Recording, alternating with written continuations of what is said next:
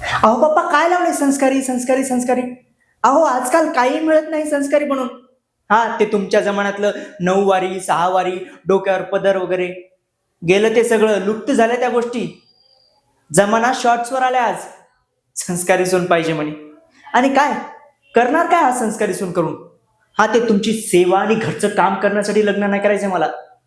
अहो खूप स्वप्न आहेत माझी, आणि ती स्वप्न इथं तुमच्या सोबत राहून मातीमोल करायची नाहीयेत मला.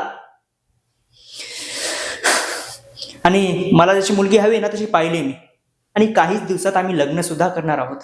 त्यामुळे तुम्ही आणि आई जे माझ्यासाठी मुलगी पाहतात ना, थांबवा सगळं.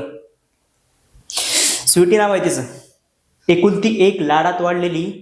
तुमच्या उभ्या आयुष्यात जेवढं खानदारांनी कमावलं नसेल ना, तेवढं ती महिन्याला खर्च करते. आणि लग्नानंतर एक बंगला, गाडी, नोकर चाकर सगळं जावायलाच मिळणार आहे. असंही या तुमच्या एवढूच्या घरात राहून ना कंटाळा आलाय मला. ना धड बसायला जागा ना झोपायला जागा. अहो घेऊन घेऊन घेतलंय, कमीत कमी पुढचा मागचा विचार तरी करून घ्यायचा ना. आणि हो, तुमच्या माहितीसाठी सांगतोय, आम्ही लग्न ना एका मोठ्या हॉलवर करणार आहोत. त्यामुळे तिथे येताना ही मळकट साडी, फाटकी बनियान असलं काहीतरी घालून आलात ना तर हाकलवून देतील ते तुम्हाला. किमान समोरच्या माणसाच्या नजरेत नजर घालून बोलू शकू इतक्या दर्जाचे तरी कपडे घेऊन ठेवा. मी तर म्हणतो, नाही आला तरी चालेल.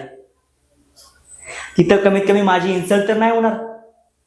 आणि हो, काल त्या जोशींना काय बोलत होता? मुलांना काही पडलेलंच नाही, बापाच्या कष्टाची काही किंमतच नाही. मुलं जन्माला घातली म्हणजे त्यांच्या पालन पोषणाची जबाबदारी ही आलीच. 4 माणसं बोलतायत म्हणून शाळेत घातली, 3 टाइमचं खायला घातलं, तुम्ही हे केलं ते केलं सांगत बसायला मोकळे. मी ना तुमच्या माहितीसाठी सांगतोय, हे प्रत्येक पालक ना आपल्या मुलांसाठी करतातच. त्यामुळे प्रत्येक जागी सांगत बसायची काही गरज नाही. संस्कारी सून पाहिजे म्हणे.